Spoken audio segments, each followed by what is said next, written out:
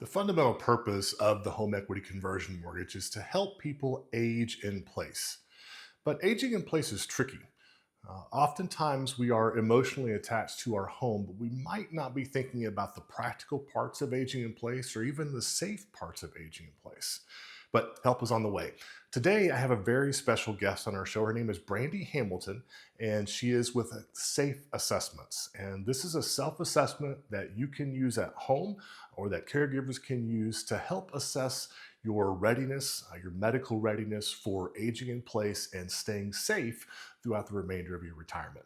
As always, remember to check with a licensed financial professional before you make this or any other major financial decision. Now, sit back and get ready to learn the truth about reverse.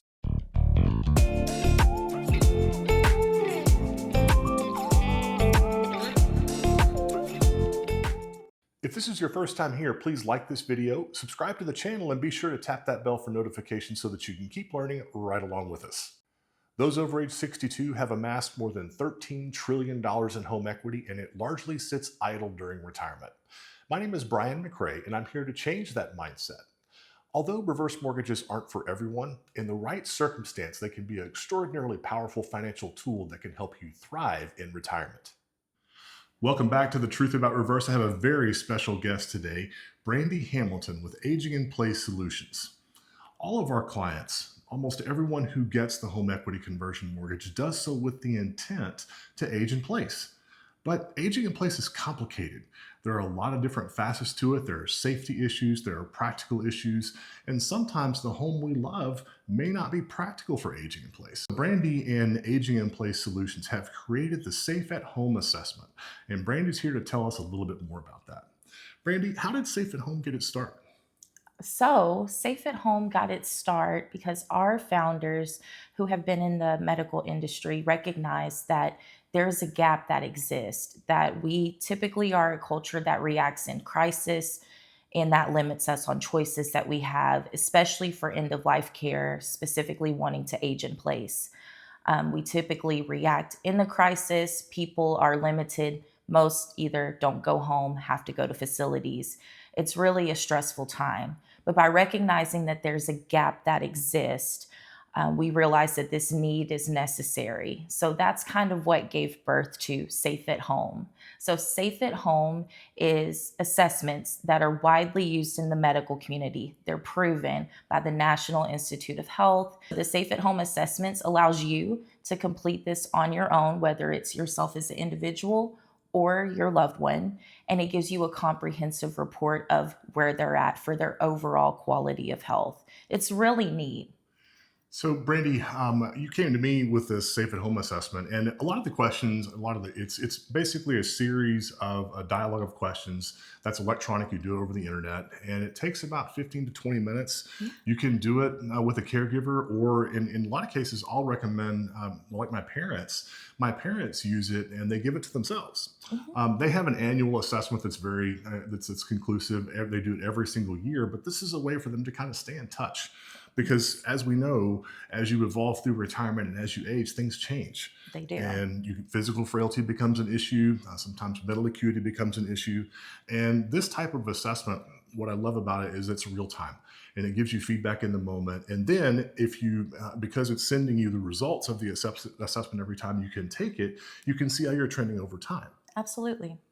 So, what happens, Brandi, if we're taking the assessments and the assessment identifies something, it identifies a risk or an issue? What do we do then? So, when you receive your comprehensive results and say that we identified that there are risk or unmet needs, first question is probably going to be, well, what do I do? Oh my goodness. That's where you call us.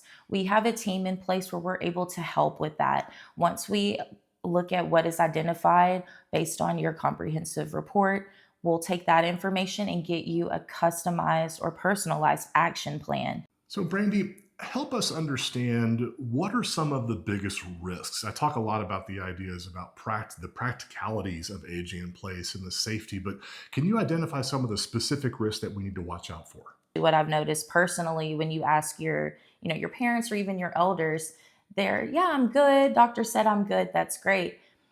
But are they really? I know sometimes it's hard to admit that, yeah, I have some things going on. The biggest risk that I see is for, I would say, one is fall risk. That is a huge indicator, especially for seniors. Even in your field, I'm sure you can attest to this. People Absolutely. get homes and you plan to stay in that home forever, but is that home actually set up and modified for you to safely live in while you're aging? Outside of that, there's also the home safety portion. So, fall risk, but home safety. Are there cords in the way, rugs that are not secured? These are minimal things that we don't necessarily think about, but it can affect a senior. Are they able to safely get to the front door? Do they need a handrail? Do they need a ramp? These are things that you just don't think of until typically a crisis happens, and then we're reacting in that.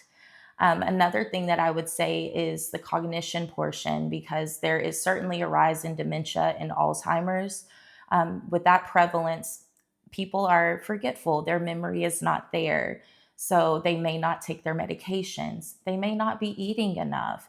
These are things that we don't think about until they happen. But just knowing about these things and what occurs, especially at the end of life stage, we can start to be aware of these things. And the best way to do that is to just know, let's take an assessment. Even if it seems early, let's go ahead and do it now. At least you have a basis, we have the data, and we can track that data over time. When crises happen, families say, where do we start? We don't know where dad or mom's things are at.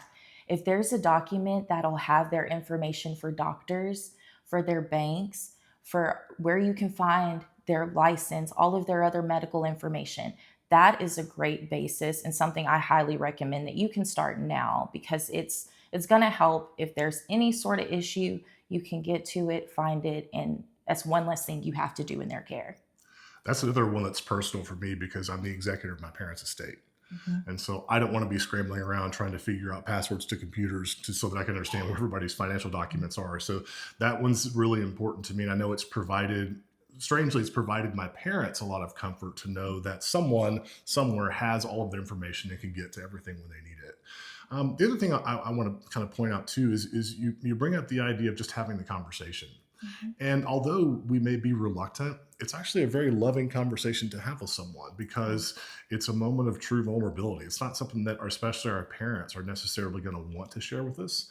But from personal experience, I can Mhm. tell you that my parents have grown, I've grown closer with my parents as we go through this time because it's forced us to have these super authentic conversations with each other. All of Aging in Place Solutions contact information, a link to the Safe at Home assessment is in the description below. Brandi, what's the best way for someone who's interested in learning more information about Safe at Home or about Aging in Place Solutions to get in touch with you or the organization? Well, the best way to contact us is either by phone or email. Our phone number is 512-503-2778, or you can contact us via email, and that is going to be safeathome@aginginplacesolutions.care. Brandi, thank you so much for joining us today and educating us about the Safe at Home assessment. And I'm really excited about all the things that Aging in Place Solutions is doing. Thanks again for joining us and for giving us this great information. Absolutely. Thank you for having me. Until next time, keep on learning the truth about reverse.